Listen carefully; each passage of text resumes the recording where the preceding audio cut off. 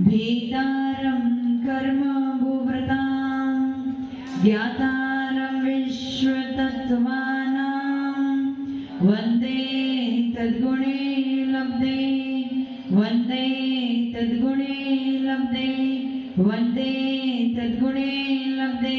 जय पंच परमेश्वर भगवान की, देवादिदेवादिनाथ भगवान की, अंतिम शासनपति महावीर स्वामी भगवान की, परम पूज्य गुरुदेव श्री आदि सागर महावीर की विमल सागर सन्मति सागर जी महाराज की, परम पूज्य गुरुदेव श्री सुंदर सागर जी महाराज की, द्वादशांग विंदवाणी माता की। कल पर्याप्तक नामकरण के बारे में पढ़ रहे थे। पर्याप्तक नामकरण के उदय से जीव की शक्तियां पूर्ण हो जाती है और अपर्याप्तक नामकरण के उदय की वजह से जीव की शक्तियां पूर्ण, और जब शक्तियां पूर्ण नहीं होती तो जीव का क्या होता है, मरण हो जाता है। और एक श्वास में 18 बार वो जीव जन्म मरण को प्राप्त हो जाता है। समझ में आया ना? इतना बात क्लियर था। पर्याप्ति के कितने भेद हैं? 6 भेद। कर्म के 6 भेद नहीं है, परंतु पर्याप्तक जीव जो होते हैं वो 6 शक्तियों को पूर्ण करता है। सर्वप्रथम क्या है? आहार, दूसरा शरीर, इंद्रिय, श्वासोच्छ्वास, भाषा और मन। आहार पर्याप्ति में क्या होता है? आहार पर्याप्ति में क्या होता है? जो आहार वर्गना ग्रहण करी है उसे रस और खल भाग में परिणमन करने की शक्ति की पूर्णता को आहार पर्याप्ति, शक्ति की पूर्णता। मेन चीज क्या है? काम चालू हुआ नहीं, सिर्फ शक्ति की पूर्णता की, ऐसा उसे काम करना है। फिर आहार पर्याप्ति के बाद कौन सी पर्याप्ति है? शरीर पर्याप्ति। शरीर पर्याप्ति की क्या परिभाषा थी? रस और खल भाग को खून एवं कठिन अवयव में परिवर्तन करने की शक्ति की पूर्णता को शरीर पर्याप्ति कहते हैं। उसके बाद कौन सी पर्याप्ति है? इंद्रिय पर्याप्ति का काम क्या है? इंद्रियों के द्वारा ग्रहण करने योग्य जो विषय है उसकी शक्ति की पूर्णता को इंद्रिय पर्याप्ति कहते हैं। उसके बाद कौन सी पर्याप्ति है? श्वासोच्छ्वास। श्वासोच्छ्वास यानी श्वासोच्छ्वास ग्रहण करने की शक्ति की पूर्णता को श्वासोच्छ्वास पर्याप्ति कहते हैं। एकदम सिंपल, श्वासोच्छ्वास लेने की। अभी तो उसके बाद श्वास लेने के लिए कुछ भी नहीं है, परंतु जब आगे वो सारे जो द्रव्य है, जो इंस्ट्रूमेंट्स है या जो पुद्गल है वो तैयार हो जाएगा, उसके बाद उसका श्वासोच्छ्वास भी प्रारंभ हो जाएगा। तो श्वासोच्छ्वास पर्याप्ति किसको कहते हैं? उसकी शक्ति की पूर्णता को। उसके बाद कौन सी पर्याप्ति है? भाषा। भाषा वर्णा को ग्रहण करने के बाद या फिर ग्रहण किए हुए भाषा वर्णा को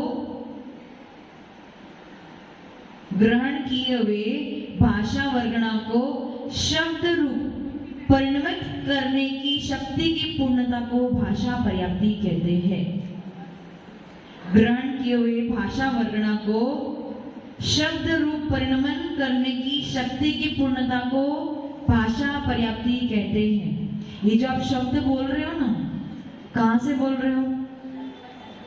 शरीर से बोल रहे हो, आपके आत्मा के द्वारा बोल रहे हो और शरीर से बोल रहे हो, परंतु आप इस वातावरण में भाषा वर्णना है जो आप ग्रहण करते हो।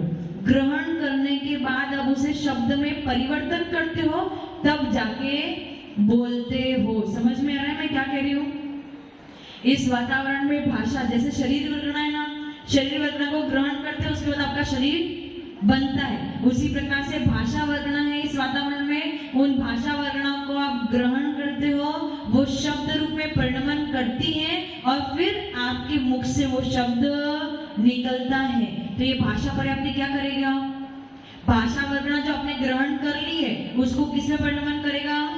शब्द। पर उस परिणमन करने की शक्ति की पूर्णता को भाषा पर्याप्ति कहते हैं। मतलब वो मैकेनिज्म तैयार हो गया कि बाहर से उसे भाषा वर्णना ग्रहण करनी है, उसको शब्द में परिणमन करना है और बाहर बोलना है। ये शक्ति की पूर्णता उसकी हो गई। किसमें? भाषा पर्याप्ति में। समझ में आया सबको? भाषा पर्याप्ति में क्या होता है? बाहर से जो वर्णनाएं, कौन सी वर्णनाएं? भाषा वर्णना जो ग्रहण करी उसे किसमें परिणमन करना? शब्द में, और फिर वो आपके मुख के द्वारा निकलेंगे। तो यहाँ पे क्या है? शक्ति की पूर्णता है। काम पूरा केवल शक्ति की पूर्णता है। ये भाषा पर्याप्ति हो गई। उसके बाद छठा क्या है? मन पर्याप्ति। मन पर्याप्ति मतलब आपको क्या समझ में आ रहा है? जैसे शरीर वर्णना ग्रहण करें, जैसे भाषा वर्णना ग्रहण, वैसे ही इस वातावरण में मनोवर्णा भी होती है। ये पुद्गल वर्णा है, मनोवर्णा भी आप ग्रहण करते हो और उसके बाद आपका द्रव्य मन की रचना होती है। और उस द्रव्य मन, लिखो मत, पहले सुनो, मनोवर्णा ग्रहण करते हो, उसके बल पे द्रव्य मन की रचना होती है और उस द्रव्य मन के द्वारा आपका भाव मन उत्पन्न होता है। भाव मन यानी हित और अहित के बारे में विचार करना। मन का काम क्या है? आपके मन का काम क्या है? वस्तु, कौन सी वस्तु हितदायक है और कौन सी वस्तु अहितकारक है, इसके बारे में विचार करने की शक्ति किसमें है? मन में। मन किनके पास है? संगी और पंचेंद्रिय, बाकी एक इंद्री, दो इंद्री, तीन इंद्री, चतुर इंद्री और असंगी पंचेंद्री तक मन पाया। केवल आप लोग ऐसे हो जो संगी पंचेंद्री है।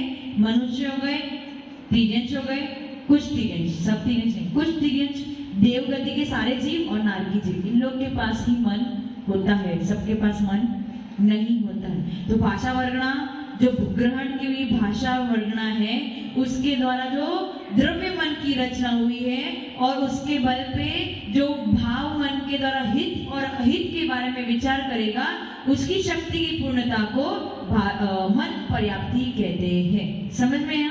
मनोवर्णना को ग्रहण किया, द्रव्य मन की रचना हुई और उसके बाद उसके बल पे भाव मन के द्वारा आपने क्या किया? हित और अहित के बारे में विचार किया। तो इसकी शक्ति की पूर्णता को क्या बोलेंगे? मन पर्याप्ति। समझ में आया? सबको समझ में आया? हाँ। ग्रहण किए हुए मनोवर्णना के द्वारा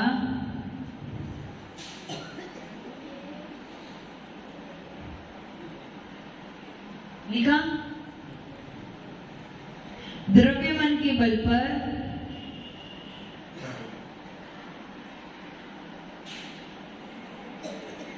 भाव मन के द्वारा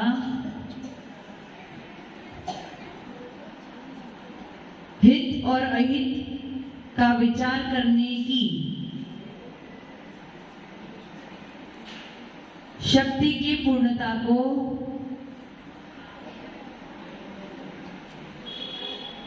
मन पर्याप्ति कहते हैं। लिख लिया?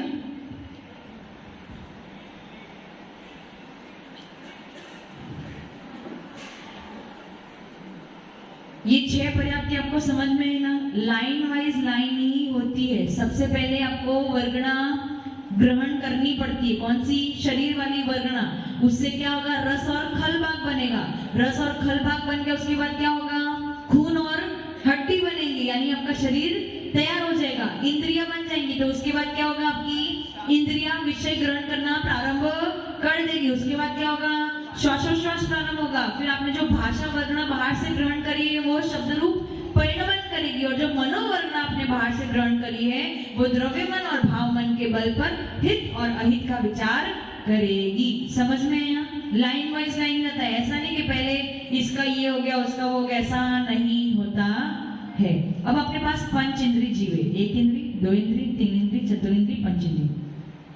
आप मुझे ये बताइए, ये 6 पर्याप्ति में से एक इंद्रियों के पास कितनी पर्याप्ति हो सकती है? आहार पर्याप्ति होगी। आहार वर्णना तो वो शरीर उनके पास भी है, तो शरीर वर्णना तो वो ग्रहण कर रहे। फिर शरीर पर्याप्ति होगी, शरीर बनाना है ना उनको, शरीर पर्याप्ति। इंद्रिय पर्याप्ति होगी, कौन सी इंद्रिय उनके पास? स्पर्शन इंद्रिय, तो इंद्रिय पर्याप्ति भी होगी। और श्वासोश्वास भी होगी। भाषा नहीं होगा क्योंकि एक इंद्रिय के पास केवल स्पर्शन इंद्रिय है। भाषा पर्याप्ति कहाँ से प्रारंभ होती है? जहां से रसना इंद्रिय पाई जाती है। रसना इंद्रिय कहाँ से पाई जाती है? 2 इंद्रिय से रसना इंद्रिय प्रारंभ हो जाती है, इसलिए भाषा पर्याप्ति एक इंद्रिय के पास और मन पर्याप्ति भी। तो एक इंद्रिय को कितनी पर्याप्ति पूर्ण करनी है? 4। यदि वो 4 पर्याप्ति पूर्ण कर देता तो वो क्या कहलाएगा? पर्याप्त। और अगर वो ना पूर्ण कर पाए तो अपर्याप्त। जिसने पूर्ण कर दिया उनके कौन से नामकरण का उदय है? पर्याप्तक नामकरण का उदय। और जिसने पूर्ण नहीं करी उसके कौन से नामकरण का उदय है? समझ में आ गया? उनको कितनी पर्याप्ति पूर्ण करनी है? 4। अब 2 इंद्रिय के पास आहार भी है, शरीर भी है, इंद्रिय भी है, श्वासोश्वास भी है और भाषा क्यों नहीं है? वर्षा आंटी मना करती है। दूसरी दो इंद्रिय के पास कौन सी इंद्रियां हैं? स्पर्शन और रसना। रसना इंद्रिय के द्वारा आपका भाषा प्रारंभ हो जाता है। इसलिए द्विइंद्रिय से कितनी पर्याप्ति पूर्ण करनी है? कितनी पर्याप्ति? अगर वो पूरी कर दे तो और नहीं करे तो समझ में है ना? तीन इंद्रिय के पास कितनी पर्याप्ति है? 6। क्यों मन नहीं आएगा? नहीं आएगा तो तीन इंद्रिय के पास भी 5 पर्याप्ति, चतुरिंद्रिय के पास भी 5, पंचेंद्रिय असंगी के पास भी 5, पंचेंद्रिय संगी के पास 6। क्यों 6? क्योंकि उसके पास मन आ जाएगा। समझ में आया? तो आपको कितनी पर्याप्ति पूर्ण करनी पड़ी थी? आपकी पर्याप्ति पूर्ण हो गई? हो गई? कब हुई थी? कब हुई थी? गर्भ में आए और अंतर्मुख के अंदर ही आपकी पर्याप्ति पूर्ण हो गई थी। यदि आपकी पर्याप्ति पूर्ण ना होती तो आप अपर्याप्त होते और अपर्याप्त गर्भज नहीं होते, वो समूर्छन होते। समझ में आया? समझ में आया? गर्भज मनुष्य, मैंने आपको बताया ना, लब्धि पर्याप्त मनुष्य होते हैं जो काख आदि बगल आदि में उत्पन्न होते हैं, जो आपको दिखते सूक्ष्म मनुष्य होते, तो वो सारे अपर्याप्त होते हैं। एक श्वास में 18 बार जन्म मरण को प्राप्त हो। आपने तो एक श्वास ली है तब तक तो उनका 18 बार जन्म मरण। अब बताओ कितना दुख है उनके लिए। परंतु पाप कर्म का उदय है कि उनको अपर्याप्त नाम कर्म का उदय है, जिसकी वजह से उनका 18 बार जन्म मरण। एक बार जन्म लेना और मरण करना बहुत दुखदाई होता है। ये अलग बात है कि हमें जन्म की वेदना भी याद नहीं है और मरण की वेदना आपने सहन की है, परंतु अभी याद आगे आने वाली है जीवन में, लेकिन वो आगे जाके याद होने वाली। इसलिए जन्म मरण की जो वेदना होती है बहुत दुखदायी होती है। और जो जीव एक श्वास में 18 बार जन्म मरण करेगा उसका दुख का पार नहीं होता है। समझ में आ रहा है? समझ? तो एक इंद्रिय के पास कितनी पर्याप्ति है? 4। दो इंद्रिय के पास, 3 इंद्रिय के पास, चतुरिंद्रिय के पास, पंचेंद्रिय असंगी के पास और पंचेंद्रिय संगी के पास 6। समझ में आ गया? और ये जो अपर्याप्तक होते हैं ना, अपर्याप्तक केवल मनुष्य और तिर्यंश में ही पाए जाते हैं। देव और नारकी में अपर्याप्तक नहीं होते हैं। कि देव और नारकी सारे के सारे पर्याप्तक ही होते हैं। समझ में आ गया? समझ में आ गया? ध्यान कहाँ जा रहा है आपका?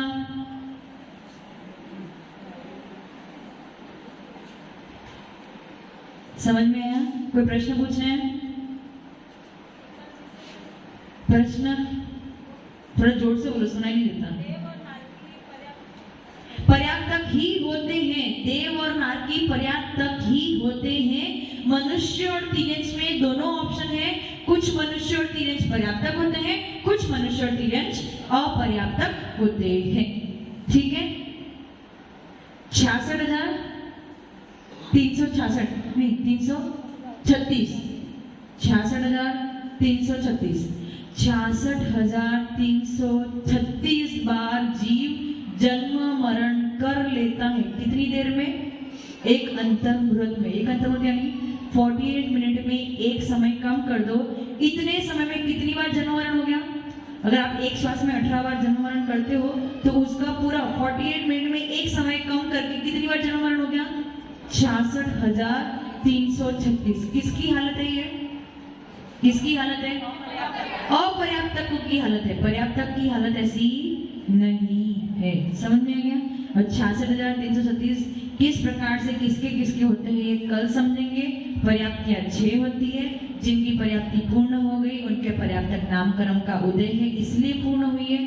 जिनके अपर्याप्तक नामकरण का उदय है उनकी पर्याप्ति पूर्ण नहीं होगी। और पर्याप्ति का अर्थ है केवल शक्ति की पूर्णता। काम चालू नहीं हुआ है। मैं बार बार आपको बता रही हूँ, काम चालू कि जब आप गर्भ में आते हो तो केवल एक पिंड के जैसे होते हैं और उस पिंड में कुछ भी नहीं है, केवल एक पिंड मात्र है, पुद्गल पिंड। तभी ना उसमें शरीर है, ना भाषा है, ना मन है, ना इंद्री है, ना श्वासोश्वास है, कुछ भी नहीं। परंतु पर्याप्ति पूर्ण करने का अर्थ है केवल शक्ति की पूर्णता मैकेनिज्म तैयार हो गया है कि आगे जाके इस शरीर को इस प्रकार से काम करना है।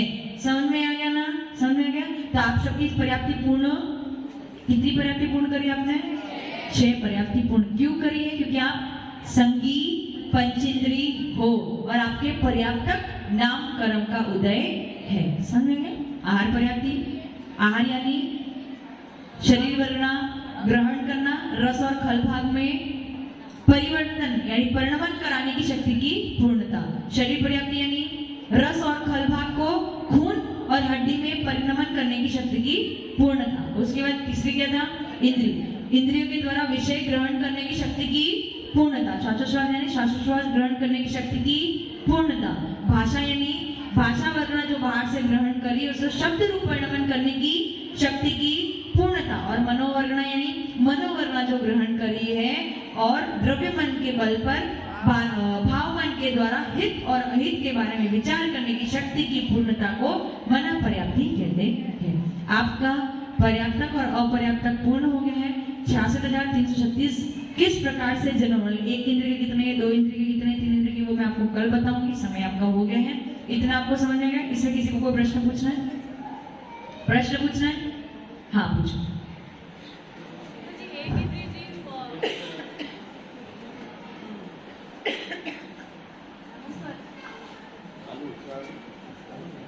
नमस्कार जय श्री वंदना माता जी, वंदना दीदी। एक इंद्रिय जीव में जैसे पृथ्वी का एक जीव वगैरह रहते हैं, इनमें भी श्वासोश्वास कैसे होता है? होता है। श्वासोश्वास के बिना जीव नहीं होता। उनके श्वासोश्वास होता है, लेकिन ये वाला श्वासोश्वास नहीं होता। जो नाड़ी वाला जो श्वासोश्वास है वो हर जीव में पाया ही जाता है। जब आपका श्वासोश्वास पर्याप्ति पूर्ण हो जाती है ना, तब सबसे आपकी श्वासोश्वास प्रारंभ हो जाती है। समझे? और कोई प्रश्न? ठीक है, सबको समझ में आ गया? अगर कुछ समझ में नहीं आया तो कल प्रश्न लेके आ जाना। ओम नमः सिद्धेभ्यः। ओम ह्रीं वाग्वादिनी द्वादशांग